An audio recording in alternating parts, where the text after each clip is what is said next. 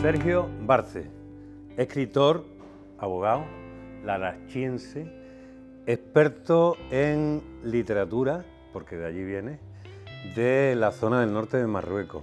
Acabas de ser galardonado con el Premio Andalucía de la Crítica de Relato por El Mirador de los Perezosos. ¿Cómo es esto? Me ha venido el premio un poco sorpresa, porque no me lo esperaba, aunque era la tercera vez que llegaba a ser finalista del premio, pero bueno, ya como uno se va acostumbrando dice, bueno, pues habrá una cuarta. Pero bueno, esta vez ha sonado el gong. No te abres. Mira, yo cuando gané el Tres Culturas de Murcia dije, bueno, esto ya está chupado, porque además el libro lo publicaba a pretextos, que ya te daban una cierta categoría editorial, pero no te abre ninguna puerta, tienes que seguir ahí peleando para que te publiquen tus libros y no te facilita nada. Yo creo que incluso a veces hasta puede ser un hándicap, no sé por qué, pero bueno, es así. Y bueno, luego surgieron los finalistas y tal, pero me di cuenta que daba igual la editorial, porque fíjate, este premio de la crítica ha sido con Ediciones del Genal, que hay que decirlo, una editorial malagueña, que no es de las majors, y sin embargo ahí estamos, ¿no? Puede ser, y además lo que tú estabas apuntando, que al ser una editorial que mima a sus escritores, pues uno de los aciertos de este libro ha sido el mimo con que me han tratado, el mimo con el que han tratado el libro, porque uno de los aspectos que han destacado en el jurado, aparte de los relatos, ha sido la calidad de la edición, que eso lo han subrayado en el premio, ¿eh? Le pedí su cuadro para utilizarlo de portada y me dijo que sí, encantada. Y luego, bueno, la maquetación ha quedado genial, ¿no? Y luego con un mimo, de hecho, iba a salir en pasta blanda y me disteis la sorpresa en la editorial de que salía en pasta dura, porque una vez que se editó me llamasteis, vine y aquí tienes la sorpresa, ¿no? Precioso, precioso. Toda la edición es un acierto. Un acierto. Yo siempre he dicho que mis dos hijos han tenido una infancia muy buena, pero me hubiera encantado que hubiesen tenido una infancia como la que yo tuve. Y lo digo porque cuando yo ya nazco cuando Hassan II es el rey de Marruecos. No quiero decir con eso que sea yo muy joven, pero bueno, por lo menos ya soy postcolonial, ¿no? Quiero decir que así me sitúo ya en el Marruecos independiente, que no tengo nada que ver con el protectorado. Pero bueno, están los coletazos de la población civil española que se queda allí y tal, aunque hubiera nacido allí y tal, seguía siendo español. ¿Qué pasa? Que es que vivíamos en los mismos barrios, en los mismos edificios, cristianos, musulmanes y hebreos. Entonces eso te da una riqueza y una visión del mundo muy, muy distinta de la actual, ¿no? Porque tú compartías todo, las fiestas, los momentos tristes, los alegres. Y entonces vas creciendo con una naturalidad, el ver las costumbres de cada uno que no te llamaban la atención. Y la verdad es que eso te convierte en una persona que no ves las fronteras. Yo soy una persona que no admito la frontera porque no las reconozco, porque yo no las tuve allí. Y tengo que darle las gracias a Marruecos porque me dio esa riqueza personal, ¿no? Hay una cosa que me cuenta siempre mi padre, que es cuando se declara la independencia de Marruecos, claro, tú piensas, independencia de Marruecos o independencia de cualquier país, venganza del colonizado al colonizador.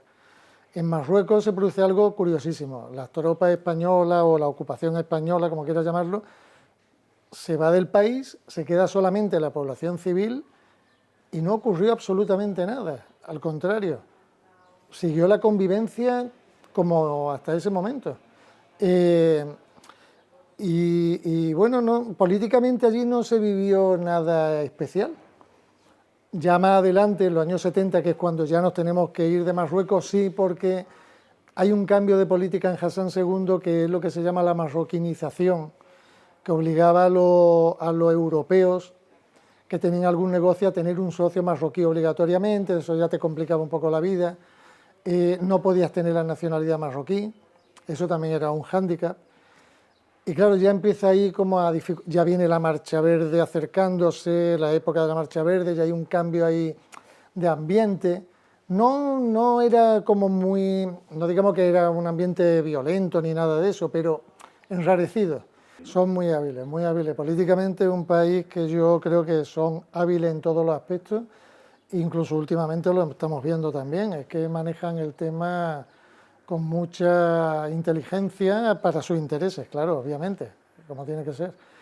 Y bueno, eso también te da una lección en el sentido de que puedes pensar que es un país, lo pueden menospreciar en cierto sentido, pero al final ellos saben muy bien lo que pretenden, lo que quieren y lo que defienden.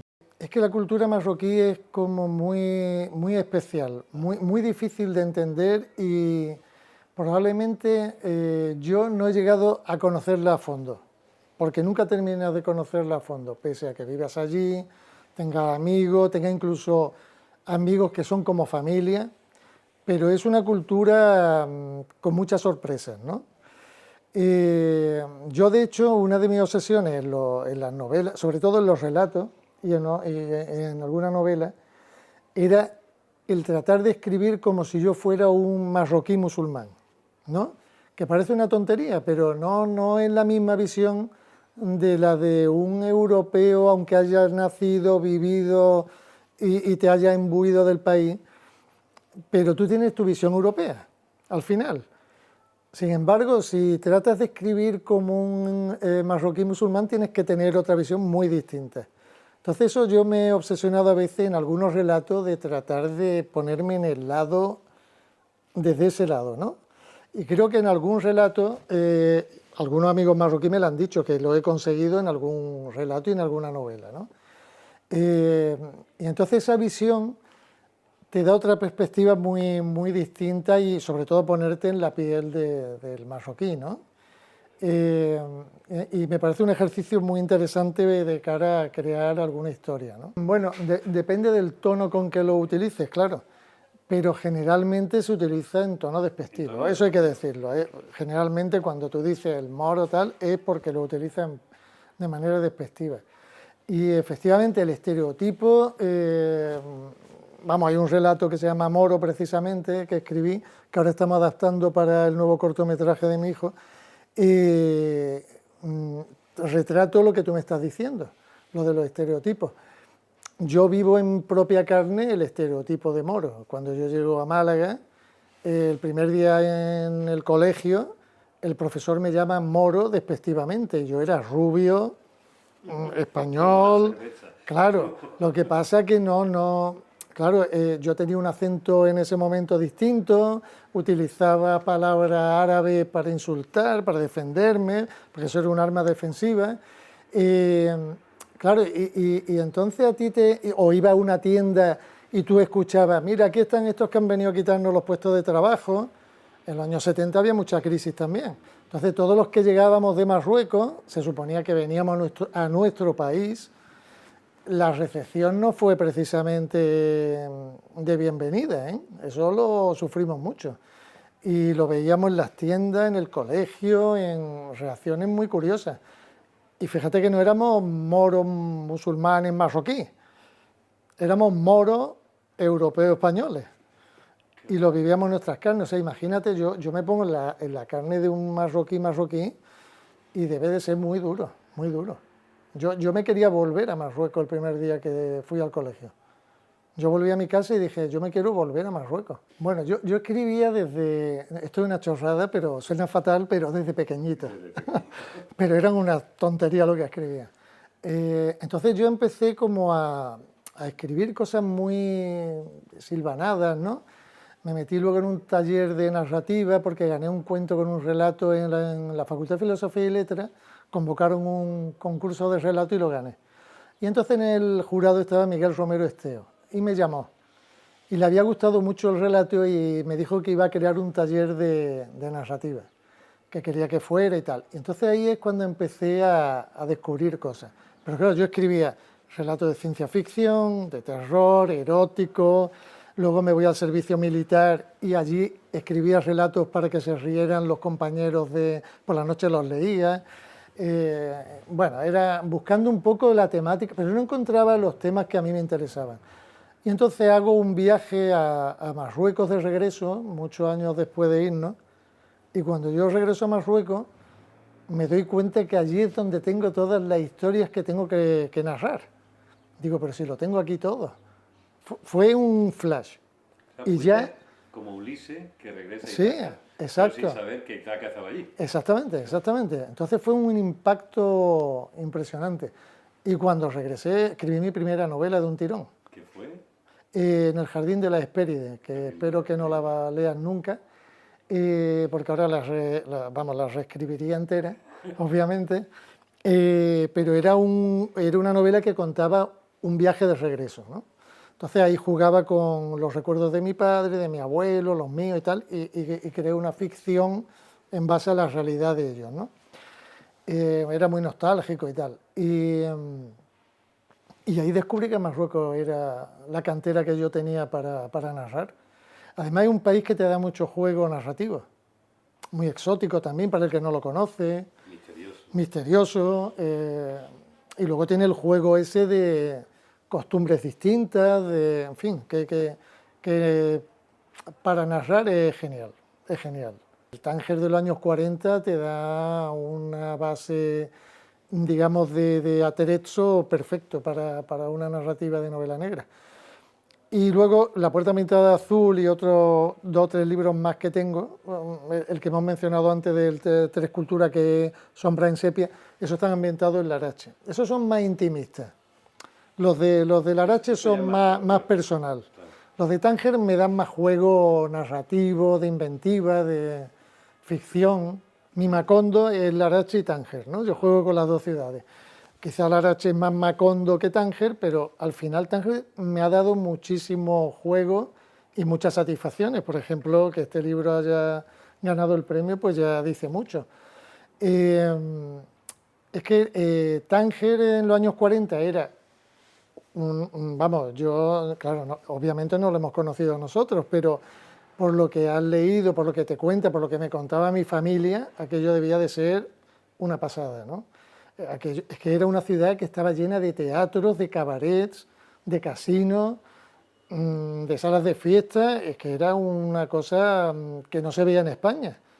De hecho, yo no sé si esa anécdota la conté cuando presentamos el libro, pero un amigo mío me contaba, mis padres cuando se casaron en los años 50, antes de la independencia de Marruecos, se fueron de viaje de novio a Tánger y vinieron asombrados porque habían entrado en un cabaret y habían visto en el año 53 o por ahí un striptease. Dice, pero no solo eso, sino que el striptease resulta que la chica que se desnudaba no era una chica, al final. Claro que era un chico. Dice, más asombroso todavía, ¿no? Claro, eso impactaba mucho. Era una ciudad con mucha libertad. Y Marruecos también tenía mucha libertad, porque yo recuerdo mi infancia que cuando llego en el año 73 a Málaga, que todo eso me influye a la hora de narrar y tal, yo les contaba a mis compañeros del colegio que había visto películas eróticas francesas con 13 años en el cine, que aquí estaban prohibidas. Claro, se le ponía el ojo como... ellos me han dicho que yo le describía como era una mujer desnuda, porque ellos no la habían visto en el cine. Entonces era alucinante. O sea, tú eras como el de Juan Marcé, el pijo aparte. Exacto, exacto, una cosa así. Bueno, entonces Tánger, claro, ahora actualmente no es ese Tánger, pero sigue siendo, como tú has dicho, una ciudad cosmopolita, que además está resurgiendo de sus cenizas porque está teniendo un crecimiento cultural, económico y tal impresionante. Y claro, yo voy ahí mezclando pues mis recuerdos del Tánger de mi infancia, cuando íbamos de Larache a Tánger, con el Tánger que yo conozco ahora, porque voy muy a menudo a Tánger, con los sitios que voy a tomar copas o a pasear con los amigos, y todo eso me da un ambiente, otra vez otro atrezzo, por así decirlo, para crear historias que llegan a ser mágicas en algunos momentos, pero porque me da mucho juego la ciudad para eso. Es que es una ciudad mágica realmente, parece como distinta, ¿no? Es muy literaria, es una ciudad muy literaria. No, allí puede pasar de todo. Allí hay locales, vamos, que son totalmente opuestos, ¿no? Vamos, de hecho, tú puedes entrar en un restaurante y te puedes encontrar a marroquíes que visten de modo tradicional y en la mesa de al lado mucho más modernos que nosotros. Hay de todo. Entonces eso te da un juego de visión del mundo, de costumbres, que te enriquece también mucho, te enriquece también mucho. Y luego tiene una cosa muy curiosa Tánger, que no ha perdido esa costumbre, vamos, como el resto de Marruecos, de que cuando empieza a decaer el sol, empieza a salir todo el mundo a pasear. Que eso ya no se ve aquí, a pasear, solamente de ir de arriba abajo, como en los años 50, 60, 70, ¿no? Ese ambiente que se crea de pronto, que de pronto hay un silencio y tú estás escuchando al almuédano llamando a la oración y solamente escuchas a los pájaros pasar. Eso me ocurrió en uno de los viajes que llegué a Tánger, que fue un momento mágico, que llegué al Hotel Minsa y entrar en la habitación, abrí la ventana y en ese momento empezó a llamar a la oración el almuédano. Y yo me quedé así en la ventana y digo, yo de aquí no me muevo, porque parecía como que me estaban dando la bienvenida, ¿no? Una cosa sagrada. Sí, sí, sí, una cosa... Bueno, pues todo ese tipo de ambiente tan contradictorio al final, pues me sirve para crear mundos pues muy personales al final, porque voy mezclando experiencias mías y recuerdos y de los amigos y bueno, trato de mezclarlo con lo que uno se inventa, claro, porque vas metiendo también ficción, ¿no? Pero vamos, es una ciudad que te da muchísimo juego. ¿Quién lee ahora? Las mujeres. Es que, y luego ya, claro, con mi atractivo natural, pues no, no, pero es verdad que las mujeres son las que leen. O sea, además son muy fieles, ¿eh? Son unas lectoras muy fieles y además te exigen que saque otro libro. Es decir, eso me pasa mucho, que me escriben, bueno, ya estoy esperando tu nuevo libro, ¿no? Entonces eso te crea una especie de presión bastante bonita, pero te crea presión. ¿Y qué le diría yo de este libro? Bueno, pues que en este libro van a encontrar sensualidad, misterio, van a encontrar magia y sobre todo, no quiero decir exotismo, pero sí un mundo por descubrir, un mundo por descubrir.